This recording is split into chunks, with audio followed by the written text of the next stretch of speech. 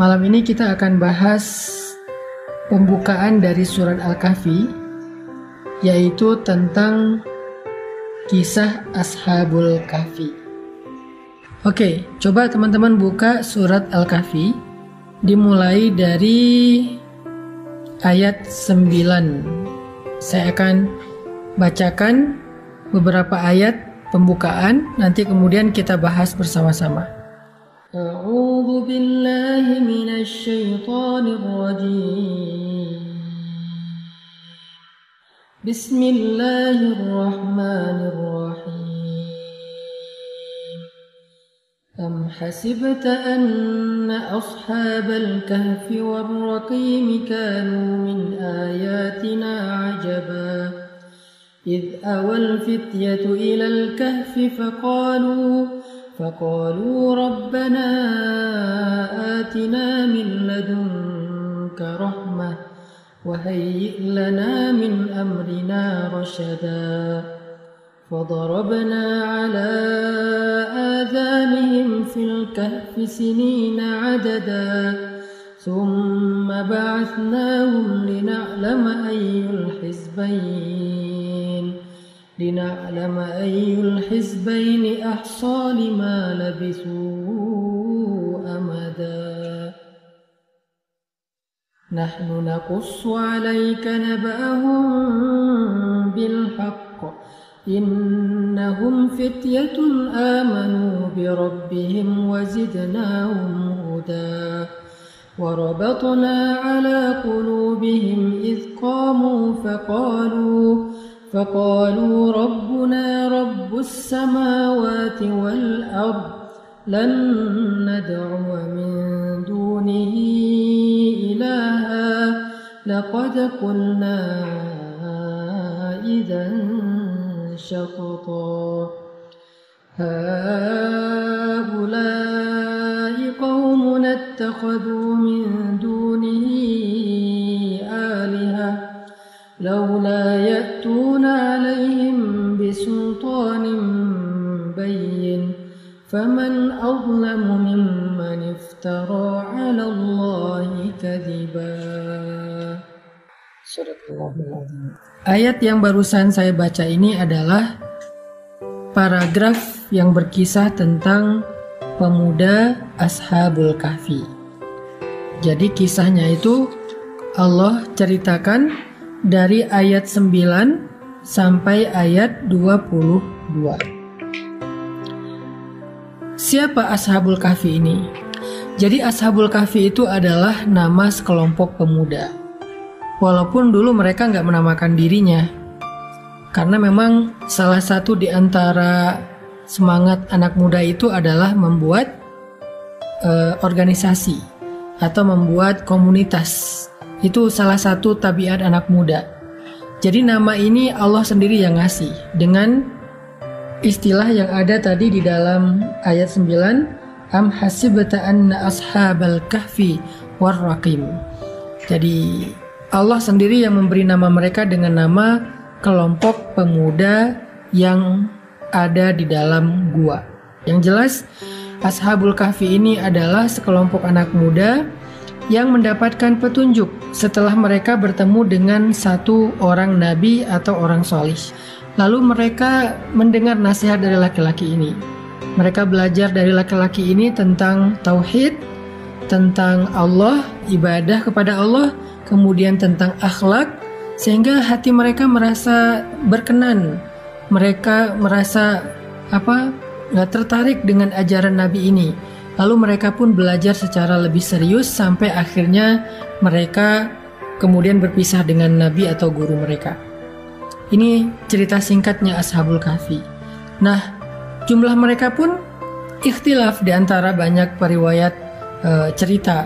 Makanya Allah katakan di ayat 22 itu sayaquluna salasatun rabi'uhum kalbuhum wa yaquluna khamsatun sadisuhum kalbuhum wa yaquluna sab'atun wa thaminuhum kalbuhum. Ada yang mengatakan jumlah mereka 3, 4 dengan anjingnya. Ada yang mengatakan jumlah mereka 5, 6 dengan anjingnya. Ada yang mengatakan jumlah mereka 7 dan 8 dengan anjingnya. Allah menjawab, Rabbi a'lamu bi'iddatihim. Allah lebih tahu jumlah mereka. Terus kenapa pemuda ini menjadi istimewa? Allah mengatakan innahum fityatun. Mereka adalah pemuda. Tapi nggak cukup segitu aja. Sehingga buat kita, kalau kita mau jadi orang yang istimewa di mata Allah, nggak cukup sekedar menjadi pemuda doang. Karena modal usia doang itu belum cukup. Modal kekuatan fisik doang itu belum cukup. Modal penampilan doang itu belum cukup. Terus yang bikin kita istimewa itu apa? Allah menjawab dengan jelas di sini, amanu bi rabbihim, iman. Jadi yang menjadikan seseorang itu istimewa lebih daripada yang lain adalah isi hatinya, iman. Allah tuh nggak ngelihat penampilan kalian. Allah tuh nggak ngelihat perbuatan atau pekerjaan kalian. Allah tuh nggak ngelihat aset atau harta kalian, tetapi yang Allah lihat adalah isi hati kalian. Di sini maksudnya apa? Maksudnya penampilan menarik itu bukan yang paling awal Allah lihat dari seseorang. Pekerjaan yang karir yang sukses bukan itu dulu yang Allah jadikan sebagai penilaian mulia atau enggaknya seorang hamba. Hartanya, simpanannya, tabungannya, asetnya banyak, bukan itu yang Allah lihat dulu. Yang Allah lihat, yang zuru ila qulubikum. Allah lihat ke dalam hati kalian. Apa maksud ngelihat ke dalam hati? Di sisi Allah, di mata Allah, orang yang di dalam hatinya ada iman, dialah orang yang mulia. Walaupun penampilannya tidak menarik, walaupun pekerjaannya tidak dianggap sebagai pekerjaan yang mapan, walaupun hartanya sedikit, tetapi kalau di dalam hatinya ada iman, maka dia adalah manusia yang istimewa di sisi Allah Subhanahu wa taala. Sehingga innahum fityatun, anak muda ini menjadi istimewa karena di dalam hatinya ada iman, amanu bi rabbihim. Di sini Allah lagi ngajarin kita tentang persepsi. Apa yang disebut dengan mulia, apa yang disebut dengan hina. Allah lagi ngajarin kita tentang cara pandang dalam melihat seseorang. Jangan melihat seseorang itu mulia karena penampilannya aja. Allah lagi ngajarin kita jangan sampai kita memandang seseorang itu mulia karena kagum kepada karirnya atau jabatannya. Jangan sampai kita memuliakan seseorang hanya karena hartanya. Tapi cobalah lebih dalam, muliakan seseorang karena imannya. Muliakan seseorang karena kesolihannya. Muliakan seseorang karena kebaikan hatinya. Kalau Allah memandang seseorang dengan sudut pandang ini, maka Allah ingin kita juga menggunakan perspektif ini dalam melihat seseorang. Yang perlu adalah kita tetapkan nih, perspektifnya apa dulu? Siapa orang yang istimewa di mata kita? Tanya kepada Allah. Harusnya orang yang istimewa di mata kita adalah orang-orang yang istimewa di mata Allah. Siratal ladzina an'amta alaihim. Orang yang Allah muliakan, itulah orang yang harusnya kita muliakan. Orang yang Allah istimewakan, itulah harusnya orang yang kita istimewakan. Siapa mereka? Banyak. Pertama, orang tua. Walaupun orang tua kita mungkin bawel, walaupun orang tua kita mungkin jadi beban, walaupun orang tua kita mungkin sering clash sama kita atau sama pasangan kita, walaupun orang tua kita mungkin pernah ngecewain atau nyakitin perasaan kita, tetapi Allah telah mengistimewakan mereka. Sehingga tugas kita adalah mengganti perspektif bahwa mereka itu orang istimewa dan kita layak mengistimewakan mereka. Nah, malam ini kita poin pertama membangun perspektif.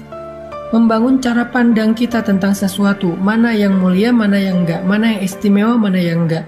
Ternyata caranya sederhana. Tanya aja ke Allah, ya Allah, orang mulia itu siapa aja sih? Allah jawab di Al-Fatihah, Siratal ladzina an'amta alaihim. Allah jawab di surat Al-Kahfi, Fityatun amanu bi rabbihim wazidnahum huda. Pemuda yang beriman kepada Allah, itulah orang yang mulia. Allah jawab juga di dalam surat Luqman atau surat Al-Isra, yaitu kedua orang tua. Jadi muliakanlah orang yang Allah muliakan. Itu baru perspektif yang benar. Sehingga siapa yang kita muliakan, siapa yang kita kagumi, dialah yang akan kita tiru. Allah di sini pengen nyuruh kita mengagumi Ashabul Kahfi. Sisi apanya yang kita kagumi? Iman.